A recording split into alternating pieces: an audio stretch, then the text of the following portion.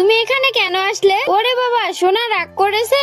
আম্মু, তুমি কেন খেতে দিলে বাবাকে? কাজ কাম কিছু করবে না আর কখনো খেতে দিবে না। আচ্ছা সোনা, দিব না। তাহলে আমি কি আর ভাত পাবো না? মিষ্টি মা, অমন করো না। না, অমন করবো না। অন্যের বাড়ি থেকে চাল এনে তোমাকে ভাত খাওয়াবো নাকি? ধীরে ধীরে চল মা। ওরে, তুই পড়ে গিয়ে পা ভেঙে গেছে নাকি? ও কি মজা। দাঁড়া দাঁড়া, একটু ভিডিও করে রাখি। পায়ে লেগেছে আর স্কুলে যাচ্ছিস? আজকে যাস না। চুপ করো, আমি ওর কাছে থাকবো। যা, আমার কথা শুনবি না তো কি করব? মিষ্টি মা, চল এবার আমরা যাই। এ ছুরি আমার একটাও কথা শুনে না। যা তো, যা করিস কর। টিকলু। হ্যাঁ ভাবি, চাল আছে? হ্যাঁ, আমাকে একটু দাও তো। আমার সঙ্গে এসো ভাবি, দিতেছি।